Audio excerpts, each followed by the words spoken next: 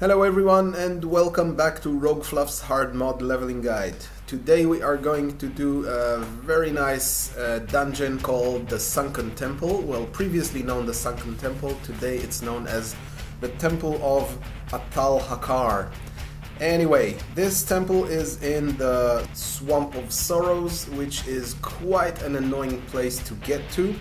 The best way is to take the Zeppelin out of Undercity to Stranglethorn Vale and from there to walk it. Don't do what I did, which is swim. That takes ages. The most difficult thing in Sunken Temple is actually the mobs, since we have very high single target damage but very low AoE, not to say we don't have any AoE at all, other than spreading our bleeds on different targets. Taking down mobs is quite a task, so prepare to take your time because you will need to use your Vanish and your Evasion quite a lot in this instance. The plus of this instance is that you will get to raise your leatherworking quite a lot and get a ton of leather. Remember that when you sap a target, you do not get out of combat and re-stealth. So use that time to heal yourself and maybe gather some leather while your energy and health are going back up before you deal with the last target. After which you will have to sit down and eat and use your vials or use your bandages before you start the next mob. There are several types of ads here. There are the Nightmare Wyrmkin, the Wanderer Wyrmkin, and the Scalebane Wyrmkin. Also you have the Whelps. The ones you really have to look out for, as I did not this time, is the Nightmare Wyrmkin, which spits acid on your armor, reducing all the damage, reducing your damage mitigation. And while the others are super melee, they will hit you quite hard. So for the next mobs, I do try to sap the Nightmare Wyrmkin before heading into the fight. So if you keep to the right side of the dungeon at all times, the first boss you will encounter is Atal'Hakkar. Clean up the room and then touch the pile of skulls to start the fight.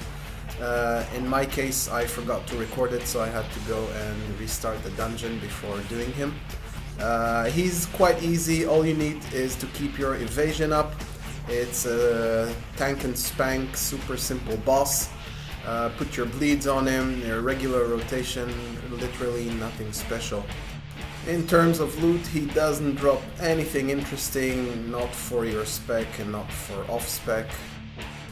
After taking him down, we continue cleaning out the dungeon, cleaning out all the mobs, as there are bosses that will spawn here at the center of the dungeon. For some reason my map does not work in this dungeon, it just shows a green blur. I did submit a bug report, so I don't know if it's a problem with my installation or if it's just a bug. Another terrible thing about this place is that if you die, you will respawn at the edge of Swamp of Sorrows, which is quite a walk, and literally I died like 3 or 4 times here before getting the bosses right, so try not to die, it's an annoyance. After clearing the main room, we will go and do the 2 mini bosses, Haz and Morphaz. You can use Distract at the right time to separate them and then try to deal with them one by one. They are rather easy, but if you note, they do have a dot on you, which will make Vanish useless, as they will follow you the minute you get out of stealth. So try to separate them if you can. If you can't, then try to use all your abilities, all your healing abilities, and try to take them both down together. They do have some interesting drops. They both have the chance to drop pretty much the same gear. In our case, there's a piece of leather gloves, which is useless in terms of talents, in terms of attributes, but is quite nice for transmog gear. And they do both have Fire Breather, which is a nice looking sword also for transmog or for off-spec. After that we continue clearing out mobs. Do not try to wake up Shade of Aranicus, as he does not wake until you finish dealing with all the mini bosses in the dungeon. We get to the lair of the Chosen. Here it becomes a bit tricky. You will need to use your evasion as well as your sprint, as after you kill some of these mobs they will transform into a ghoul, and you cannot attack it. You can only run away from it until it disappears, and then re-engage with new mobs. Try to kick the casters as you can, and yeah, just take your time cleaning out this room. As I said, dying here is very, very time wasteful. So in this room there are two bosses, or rather a boss and a mini boss. There is Jamalan the Prophet and Ogom the Wretched. You should definitely try to kill Ogom the Wretched first, as Jamaliah does do a heal and he also does a hex on you.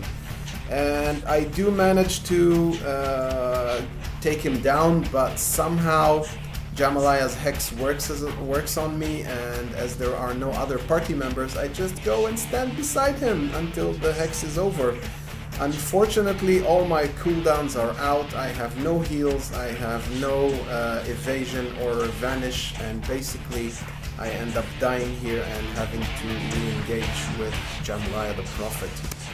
Ogom the Wretched does drop a couple of nice transmog weapons, basically a nice sword and a nice axe, and we will re-engage with what is exactly his name? Well, that's my dyslexia. Jamalan the Prophet. Okay, so we will re-engage with Jamalan the Prophet, and it will take us a couple more tries. Eventually I will realize that the problem is that he heals himself quite a lot, and what I do is simply change my poison from wound poison to wound poison. And wound poison will prevent the target from healing itself, and that actually does the trick quite well. He does not get a hex on me, but he does get quite a few entangling roots, but the wound poison does the trick. He cannot heal himself, so although we cannot interrupt him, he does not manage to heal. We do work with evasion, we do work with our dodge trinket, and basically as long as those are up, his melee hits are evaded and we manage to take him down. We do lose our evasion and our trinket in the end, so he does manage to get us down quite low on health. With the first tick of the bandage we manage to live through it, and he goes down. The only thing he drops that is interesting is the Mysterious Grimoire, which is an item that starts a quest, but other than that he doesn't drop anything interesting. The next two mini bosses are Dream Scythe and Weaver, which are pretty much like the first two dragons. You can try to distract one of them, so you can deal with them one at a time.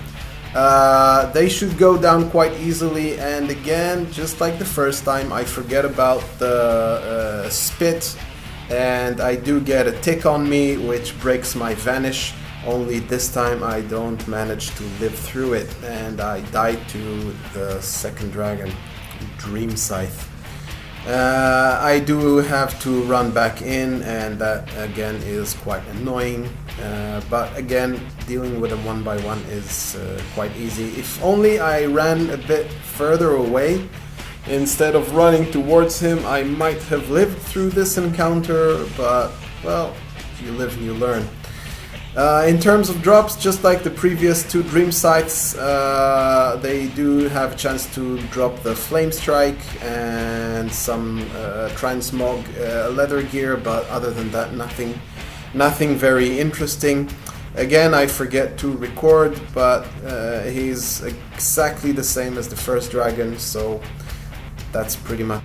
The last boss on this dungeon is Shade of Aranicus, and although he seems big and threatening, he is actually one of the simplest bosses here. He has a huge health pool, about 36k, and he hits like a truck, so you will need your evasion sorry, and your dodge trinket up, or at least have them ready.